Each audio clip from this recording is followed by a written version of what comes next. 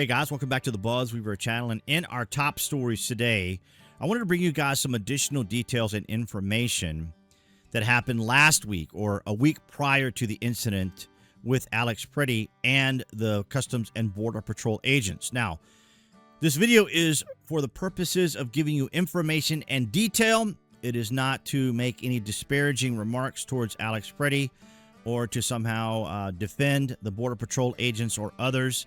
All of this is under investigation right now. I am simply providing you with additional details so you can watch the information, and then I'll give you some additional information on what we currently know as of now. This is a moment the news movement filmed on January 13th in Minneapolis, showing a man who appears to be Alex Pretti interacting with federal immigration agents 11 days before Border Patrol shot and killed him. Our footage was analyzed by the BBC, whose facial recognition technology confirmed his identity to a 97% degree of accuracy. On the morning of January 13th, our team received a tip that federal agents were blocking a street at the corner of East 36 and Park Avenue in Minneapolis. We arrived around 10:15 a.m. We saw observers shouting at the agents as they walked back to their vehicles. When they started driving away, the man kicked their taillight. An agent then got out of the vehicle, grabbed him, and pushed him to the ground.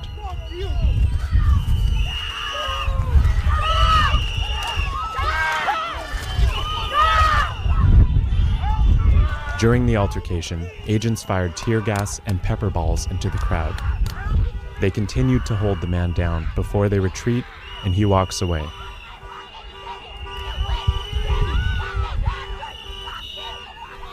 The man in our footage is wearing a similar outfit to what Pretti was wearing on the day he was killed. What appears to be a gun is also visible above his waistband.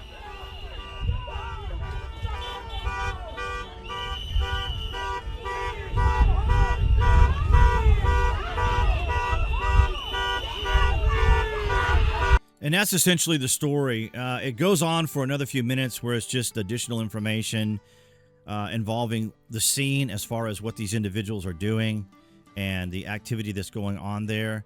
So it's clear that he was obviously, as we've learned now also, he was part of some of these groups and or organizations that were tracking down ICE. But I do also want to emphasize again that I'm not here to pass judgment on him or the federal agents. I'm simply providing you with information because, as you can see here, as Tim Pool writes, known violent extremist armed violent actively resisting. And so there's always going to be this back and forth dialogue going back and forth between the two different factions, Team Blue, Team Red, and Team Middle.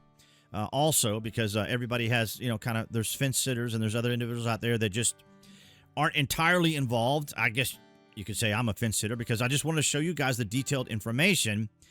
And also, additionally, we've learned here from Bill Mulligan, breaking, a DHS spokesperson confirms to Fox News that several federal agents had their body cameras on during the interaction that led to the deadly shooting of Alex Pretti in Minnesota, and footage from multiple angles is currently being reviewed by investigators. As you guys know, the video has been played ad nauseum. This is why I wasn't going to play it again, or I'm not going to play any of the additional video concerning this. And as you can see here from the New York Post, this was just a few hours ago, about 3 hours ago from this actual recording. So we see here that Border Patrol agents involved in the fatal shooting of nurse Alex Pretti has been suspended, the Post has learned. Now, this is all framing. This terminology here is framing, which is disappointing because, as we see here, we see the correct way it should have been written. The move to place the officers on administrative leave is standard protocol for officers involved in a shooting, Department of Homeland Security officials confirmed. See, standard protocol, and they replaced it with suspended. And this is what we talk about here on the BuzWeaver channel. As you guys know, we take the difficult, we take the complicated, we take the confusion, we take the framing that is often seen here because, of course, the news media is a business and they need people to look at their product. And, of course, this is how they make their money, by advertisers wanting to advertise on their product because a lot of people want to see their content. Now, this was the incident that everyone has seen probably half a dozen times already.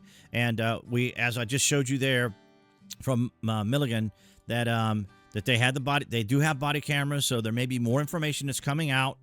And as we can see from the video itself, too, a lot of interaction, a lot of things are going on. Of course, you've seen all the speculation, you've seen all the rumors, you've seen all the arguments. And we even have this from Tyler Rhodes here. He's showing the Sig Sauer P320. in this video, and he's demonstrating that if the trigger is even slightly pulled back, that if you touch the rack, touch the slide, touch anything on the gun, it can misfire. Now, of course, there's all sorts of speculations and things and so forth and so on about how all this unfolded, what the officers were doing, what was going on.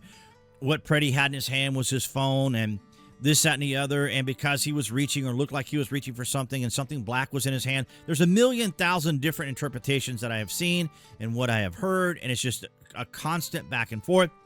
Then, of course, we always go to ground news. I always want to check all the different agencies that are out there, articles and departments, as well as news agencies and mainstream media. As you can see, this is being heavily covered. A lot of it is very centered news coverage, as well as right. And then, of course, the interpretations and explanations of the left. And so there's our distribution. We got a lot of information here. But as you can see, this was also very well worded as well. DHS spokesperson Tricia McLaughlin said 2 federal agents involved in the Saturday Minneapolis shooting have been on administrative leave. So this is important information here, because the terms suspended and others are a big issue, because we know this as well because they pulled Bovino off of duty over here. And, of course, everyone was saying, oh, he's been removed or he's been fired. And none of that happened. He was just simply transitioned. Trump called an audible. As you know, he contacted Walls and he contacted Fry, and he's sending out Tom Homan.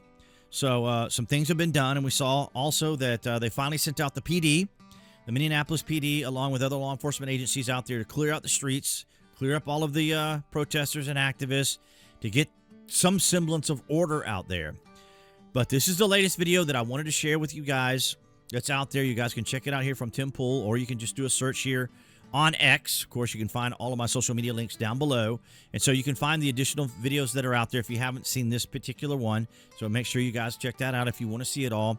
Then, of course, you can look up any of the additional information that's out. This is just coming out from New York Post here regarding the individuals being put on administrative leave, and that's typical.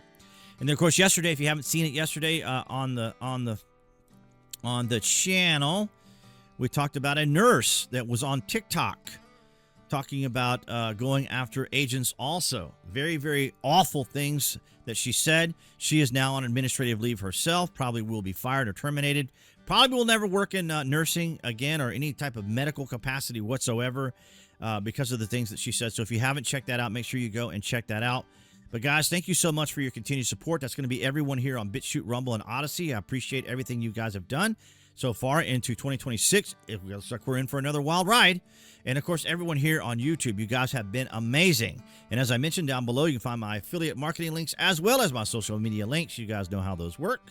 It does help out the channel, but, of course, your likes, your shares, and your comments help out as well. So let me know what your thoughts are, what you have seen, what you have heard, all the different confusion out there. And there's a lot of it out there. Plus, you got all the AI clickbait and everything else. And then we had the issue there with Ilhan Omar just the other day. Lots of people saying that was staged. I'm kind of leaning towards that as well. It seemed very performative. How in the world would a MAGA person, as of course the Krasensteins have said here on X, would be out there in Minnesota? I mean, it's absurd. But she broke every form of safety protocol by charging the guy. But this is not. I don't want to bury the lead of what's going on here. But I welcome your thoughts and comments down below on this incident, what's happened.